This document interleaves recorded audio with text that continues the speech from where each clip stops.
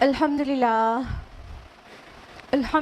رب العالمین والصلاة والسلام علی رسولہ الکریم وعلی آلہ واصحابہ اجمعین اما بعد واعوذ باللہ من الشیطان الرجیم بسم اللہ الرحمن الرحیم یا ایہا الناس قد جاءتکم موعظۃ من ربکم وشفاء لما فی الصدور وہدی ورحمۃ للمؤمنین بسم اللہ الرحمن الرحیم رب اشرح لی صدری ویسر لی امری واحلل عقدۃ من لسانی یفقہوا قولی۔ میری عزیز بہنوں، آپ سبھی کا درس قرآن مجید میں تہہ دل سے خیر مقدم ہے۔ السلام علیکم ورحمۃ اللہ وبرکاتہ۔ کیسے آپ سبھی لوگ؟ الحمدللہ۔ اللہ تعالیٰ آپ کو اچھا رکھے، بہت خوشحال رکھے، صراط مستقیم پر رکھے، دونوں جہاں کی کامیابی نوازے اور آپ سے اللہ تعالیٰ راضی ہو جائے، آمین آمین۔ درس قرآن میں کون سی سورہ چل رہی ہے؟ سورہ حج۔ لاسٹ ویک ہم لوگوں نے سورہ حج کی کون سی آیت تک مکمل کیا تھا؟ آیت نمبر 33 تک، بالکل صحیح۔ تو اب ہم لوگ آیت نمبر 34 آن ورڈس ڈیٹیل میں جانیں گے، but before that brief revision. تو لاسٹ ٹائم ہم لوگوں نے حج کے متعلق بہت سارے احکام جانے تھے اور اس کے مناسک جانے تھے، ٹھیک ہے؟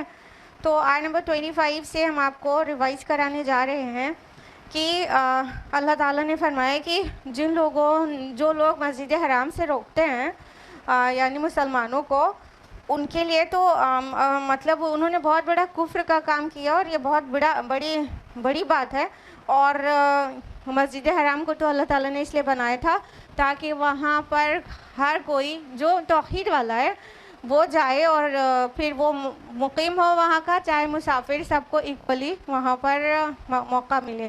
تو جو لوگ ان کو وہاں جانے سے روکتے ہیں وہ اللہ تعالیٰ نے فرمایا کہ ان کو دردناک عذاب کا مزہ چکھائیں گے۔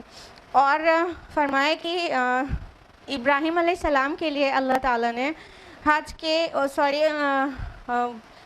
اس کے خانہ کعبہ کے لیے جگہ معین کر دی تھی اور ان کو حکم دیا تھا کہ یہاں پر وہ بیت اللہ بنائے، اور کس کے لیے؟ جو شرک نہ کریں ان کے لیے، اور اس گھر کو پاک رکھیں، کس کے لیے؟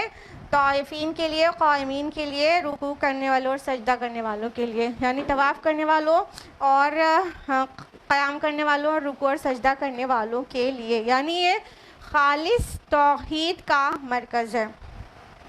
اس کے علاوہ اللہ تعالیٰ نے حکم دیا تھا ابراہیم علیہ السلام کو کہ حج کی منادی کر دو، تو لوگ اونٹوں پر، دبلے پتلے اونٹنیوں پر سوار ہو کر پیدل وہاں پر پہنچیں گے اور اپنے منافع کی جگہ کو، اپنے فائدے کی جگہ کو پہنچ جائیں گے، اور ایام معلومات میں جو دن ان کے لیے معین کیے گئے ہیں ان پر وہ کیا کریں گے؟ وہاں جا کے حج کریں گے اور قربانی کریں گے، اور خود بھی کھائیں گے اور محتاجوں کو بھی کھلائیں گے۔ اس کے بعد فرمایا کہ جب یہ حج کے ان ارکان کو پورا کر لیں تو پھر اب وہ میل کچیل اپنے دور کر لیں، اور آپ کو بتایا تھا میل کچیل دور کرنے سے کیا مطلب ہے؟ احرام سے، حالت احرام سے باہر آ جانا اور اس کی پابندیوں سے آزاد ہو جانا، اور کوئی نظریں ہوں تو وہ نظروں کو پورا کر لینا۔ پھر فرمایا تھا کہ جو کوئی اللہ تعالیٰ کی حرمتوں کی تعظیم کرے گا تو وہ اسی کے لیے بینیفیشیل ہے، اس کے خود کے لیے، اس کا خود کا فائدہ ہے۔ اور فرمایا کہ تم پر تمام مویشی جانور حلال کر دیے گئے تھے سوائے اس کے جو بتا دیا گیا، اور آپ کو پتہ ہے صرف سور حرام ہے مویشیوں میں، باقی 4 مویشی آپ کو بتا دیے جن چار جانوروں کو مویشی کہتے ہیں آن دا ہول انعام، وہ کون کون سے ہیں؟ اونٹ، گائے، بکری، بھیڑ۔ اور فرمائے کہ تم بچو بتوں کی گندگی سے اور جھوٹی بات سے، اور فرمایا کہ اور یکسو ہو جاؤ اللہ تعالیٰ کے لیے، اور اس کے ساتھ کسی کو بھی شریک نہ کرو، اور جو بھی اللہ کے ساتھ شریک کرے گا وہ تو ایسا ہے جیسے آسمان سے گر پڑا اور اسے چاہے پرندے اچک لیں اور پھر یا تو ہوا دور دراز کی جگہ پر ان کو لے جا کر پھینک دے، یہ کس چیز کی مثال ہے؟ ہم نے لاسٹ ویک تفصیل سے بتایا تھا، اور فرمایا کہ یہ سب کچھ جو اللہ تعالیٰ کے شعائر کی تعظیم کرے گا تو یقیناً یہ دلوں کے تقوی کی بات ہے. دلوں کا تقوی اسی کو نصیب ہوگا جو اللہ تعالیٰ کے شعائر کی تعظیم کرے گا. اور شعائر اللہ کے بارے میں بھی ہم نے لاسٹ ویک تفصیل سے بتایا تھا. جو لوگ نہیں تھے وہ یوٹیوب پر اپلوڈڈ ہے، اسے دیکھ سکتے ہیں. آگے فرمایا آیت نمبر 33 میں تمہارے لیے یہ قربانی کے جانور میں ایک وقت معین تک نفع ہے، اور پھر اس کی منزل وہی قدیم گھر ہے، وہی بیت العتیق ہے. بیت العتیق کس کو کہا گیا بتائیے؟ خانہ کعبہ کو. اور عتیق کے ہم نے کئی معنی بتائے تھے لاسٹ ویک تفصیل سے. تو یہاں تک وہ تھا لاسٹ ویک. اب ہم لوگ تفصیل کے ساتھ آگے جانیں گے. آیت نمبر 34 آنورڈز. اعوذ باللہ من الشیطان الرجیم، بسم اللہ الرحمن الرحیم. وَلِكُلِّ أُمَّةٍ جَعَلْنَا مَنسَكًا لِيَذْكُرُوا اسْمَ اللَّهِ عَلَىٰ مَا رَزَقَهُم مِّن بَهِيمَةِ الْأَنْعَامِ. اور ہر امت کے لیے ہم نے قربانی کا ایک نظام مقرر کیا ہے تاکہ وہ اللہ کا نام لیا کریں ان مویشیوں پر جو اس نے انہیں عطا کیے ہیں. فَإِلَٰهُكُمْ إِلَٰهٌ وَاحِدٌ فَلَهُ أَسْلِمُوا. تو جان لو تمہارا معبود ایک ہی معبود ہے، تو تم سب اس کے سامنے سر تسلیم خم کر دو. وَبَشِّرِ الْمُخْبِتِينَ. اور اے نبی صلی اللہ علیہ وسلم بشارت دے دیجئے عاجزی اختیار کرنے والوں کو. اب آیت نمبر 34 میں وہی حج کے مناسک پورے ہونے کے بعد اب ڈیٹیل آ رہی ہے. تو کچھ قربانی کی اور اس سے ریلیٹڈ جو اس کی مغز ہے اس کی باتیں ہیں، اس کو سمجھنے کی ضرورت ہے. ظاہر نہیں باطن کی باتیں ہیں ان آیات میں. فرمایا کہ ہم نے ہر امت کے لیے قربانی کا ایک نظام مقرر کیا ہے. یہاں پہ جو قربانی کے لیے لفظ آیا ہے وہ منسکن آیا ہے. منسک نسک سے ہے. نسک کا معنی ہوتا ہے قربانی کا طریقہ. نسک کا ایکچوئل معنی ہوتا ہے عبادت کا طریقہ. مناسک کے حج کہتے ہیں نا، تو اس کا مطلب جو حج کے ارکان ہیں، جو حج کا طریقہ ہے. تو یہاں پر چونکہ جانور کے متعلق بات آ رہی ہے اس سے پیچھے سے، تو یہاں پر قربانی کا نظام، قربانی کا طریقہ مانا نکلے گا. ٹھیک ہے. تو منسک عبادت کے طریقے کو بھی کہتے ہیں اور اسپیسیفکلی قربانی کے طریقے کو بھی کہتے ہیں. تو اللہ تعالیٰ فرما رہے کہ ہم نے ہر امت کے لیے قربانی کا ایک طریقہ بنایا تھا. اس سے کیا پتہ چل رہا ہے کہ صرف امت محمد صلی اللہ علیہ وسلم کو قربانی کا کرنے کا حکم نہیں دیا گیا، بلکہ اس سے پہلے کی امتوں میں بھی قربانی کا طریقہ رائج تھا. انفیکٹ بگڑی ہوئی صورت میں شرک آلود ہو کر آج بھی موجود ہے. جیسے کہ آپ کو پتہ ہے کہ مشرکین بھی قربانی کرتے ہیں، لیکن بہت ساری اس میں قباحتیں شامل ہو چکی ہیں نا. اور جو دوسروں کی قربانی ہے وہ سم ٹائمز شرک والی ہوتی ہے. غیر اللہ کی رضا کے لیے اگر کوئی بھی جان دی جائے، کوئی بھی بھیٹ چڑھائی جائے تو وہ شرک ہو جاتا ہے.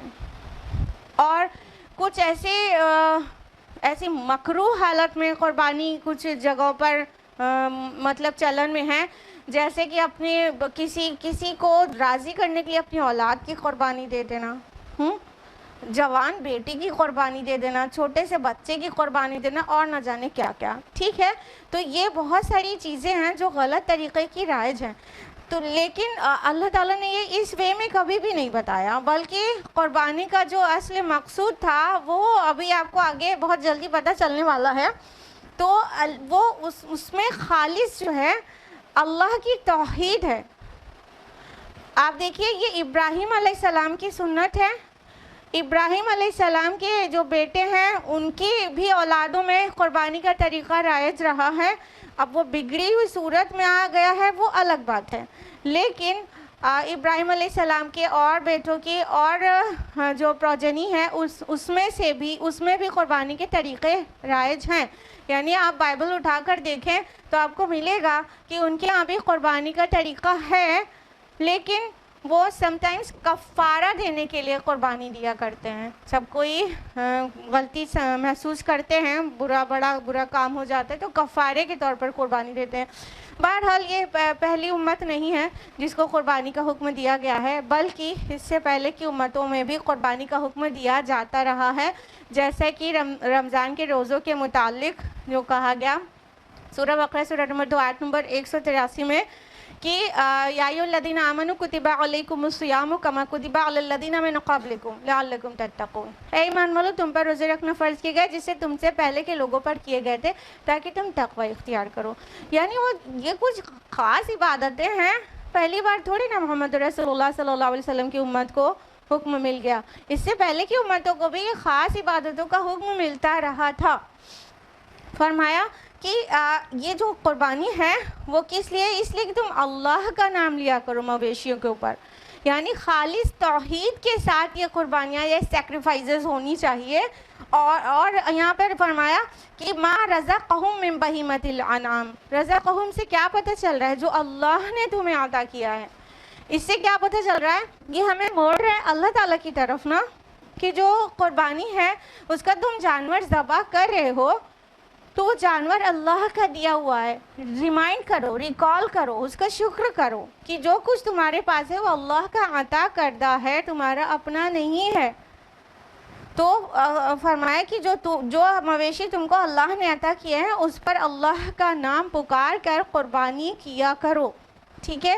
اور آگے فرمایا فَإِلَٰهُكُمْ إِلَٰهٌ وَاحِدٌ, بس تمہارا معبود تو ایک ہی معبود ہے. مطلب مقصد حقیقی کیا ہے؟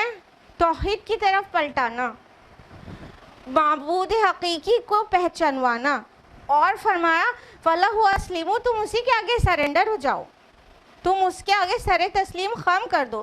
یعنی جو قربانی ہے وہ صرف آلہ ہے, ظرف ہے, وہ صرف مینس ہے, وہ صرف ریسورس ہے, وہ اس کی مقصد ہے وہ اللہ کا تقرب ہے, وہ اللہ کی رضا ہے, وہ اللہ کا نیئرنس ہے. تو مقصد یہ ہے. اور اگر یہ غیر اللہ کے لیے ہو جائے تو شرک بھی ہو جاتا ہے, کیونکہ یہ اللہ کی رضا کے لیے ہے نا, کہ اللہ راضی ہو جائے. تو اگر غیر اللہ کے لیے ہوگا تو شرک نہیں ہوگا. اللہ تعالیٰ نے قرآن حکیم میں ایک نے چار مقامات پر فرمایا ہے کہ تم پر حرام کیا گیا مردہ گوشت, خون, سور کا گوشت اور وہ کھانا جس پر اللہ کے علاوہ کسی اور کا نام پکارا گیا ہو. تو حرمت علیکم المیتۃ والدم ولحم الخنزیر وما اہل لغیر اللہ بہ, جس پر اللہ کے علاوہ کسی اور کا نام پکارا گیا ہو وہ کھانا, وہ جانور حرام ہے, وہ قربانی حرام ہے. یعنی کسی غیر اللہ کی رضا کے لیے کوئی جانور ذبح کیا جائے گا, وہ چاہے حلال جانور ہو اور یعنی مویشی میں سے ہو, اور چاہے اس کے اوپر بسم اللہ اللہ اکبر اللہ کا نام لے کے ذبح کیا جائے, لیکن وہ رضا پانے کے لیے کس کے تھا؟ فلاں بابا کے لیے تھا یا کسی بت کے لیے تھا کہ یہ راضی ہو جائیں, تو وہ قطعی شرک ہے. قربانی عبادت ہے, اور عبادت میں اللہ کے علاوہ کسی کو شامل کرنا کھلم کھلا شرک ہے, اس میں کوئی دو رائے نہیں. ہم کو لگتا تھا کہ اللہ کے علاوہ کسی اور کے رضا کے لیے کوئی قربانی کرتا ہوگا بھلا. ایک بار گزر رہے تھے کہ جو درگاہ ہوتی ہے اس کے باہر کی روڈ پر لکھا تھا کہ بابا کی خوشی کے لیے قربانی کا جانور یہاں جمع کریں. Then I got to know it happens. مطلب غیر اللہ کی رضا مقصود ہوتی ہے sometimes کہ ان کی رضا کے لیے قربانی دیا جاتا ہے. اللہ اکبر. قربانی خالص توحیدی عبادت ہے جو صرف اللہ کی رضا کے لیے ہونا چاہیے. فَصَلِّ لِرَبِّكَ وَانْحَرْ, کہ اپنے رب کے لیے صلاۃ پڑھیے اور اس کے لیے قربانی کریے. وَبَشِّرِ الْمُخْبِتِينَ جو فرمایا گیا کہ اور خوشخبری سنا دیجئے عاجزی کرنے والوں کو کے لیے. یہ عاجزی کرنے والے مخبتین کون ہیں؟ خبت کا معنی ہوتا ہے نرم نشیبی زمین, وہ زمین جو بہت سافٹ ہو, جو لینڈ بارش کی وجہ سے سافٹ ہو گئی ہو, اس پر پیر رکھا جائے تو دھنس جائے, ایسی زمین کو خبت کہتے ہیں. ٹھیک ہے. مغبتین جو کہا گیا وہ عاجزی کرنے والے، اس کا معنی ایسے نکلا کہ جس کا دل نرم ہو، جو دوسروں کو سپیس دے، جو چاہے تو اس میں جگہ بنا لے. جس طرح نرم زمین ہوتی ہے گیلی تو اس پر پیر رکھتے ہے تو دھس جاتی ہے نا، اسی طرح انسان کا دل جب وہ کائنڈ ہارٹیڈ ہوتا ہے تو دوسروں کو موقع ملتا ہے اس میں اپنی بات کہنے کا. تو جو عاجزی کرنے والے ہوتے ہیں وہ مغبتین ہوتے ہیں. تو فرمایا کہ مغبتین کے لیے خوشخبری ہے، ان کو خوشخبری سنا دیجیے. یعنی جو لوگ اللہ کے آگے عاجزی کر کے اتنی عبادتوں کو کرتے ہیں تو وہ مغبتین ہیں. اس کا جو الٹیمیٹ ریٹرن ان کی طرف ہوتا ہے، ان کے دل سافٹ ہو جاتے ہیں، وہ نرم دل ہو جاتے ہیں، اور الٹیمیٹلی پھر خلق خدا کی طرف بھی وہ نرمی ریٹرن ہوتی ہے. تو ان کے لیے خوشخبری ہے. تو قربانی ایسی عظیم عبادت ہے. صحابہ کا کویشچن اکثر پریکٹیکل ہوتا تھا اور ہم لوگ کا کویشچن اکثر انفارمیشن گین کرنے کے لیے ہوتا ہے. صحابہ نے رسول اللہ صلی اللہ علیہ وسلم سے پوچھا کہ یا رسول اللہ قربانی کیا ہے؟ تو آپ صلی اللہ علیہ وسلم نے فرمایا کہ تمہارے جد امجد ابراہیم کا طریقہ، ابراہیم کی سنت ہے. تو فرمایا کہ قربانی سے ہمیں ملتا کیا ہے؟ تو اللہ کے رسول صلی اللہ علیہ وسلم نے فرمایا ہر بال کے، ہر روئے کے بدلے میں نیکی ملتی ہے، اور اسی طرح اون کا بھی معاملہ ہے. ٹھیک ہے. تو اتنی بڑی عبادت ہے اور اتنی بڑی نیکی ملتی ہے اس سے، اگرچہ اس میں پیورٹی ہو، دکھاوا نہ ہو، ریاکاری نہ ہو، غیر اللہ کی رضا درکار نہ ہو. ایک غیر اللہ کی رضا وہ ہے کہ فلاں بابا کو راضی، فلاں بدھ کو راضی کرنے کے لیے سلاٹرنگ کیا، اور ایک غیر اللہ کی رضا یہ ہے جو ہمارے سوسائٹی میں رائج ہے. کون سی آپ کو پتہ ہے؟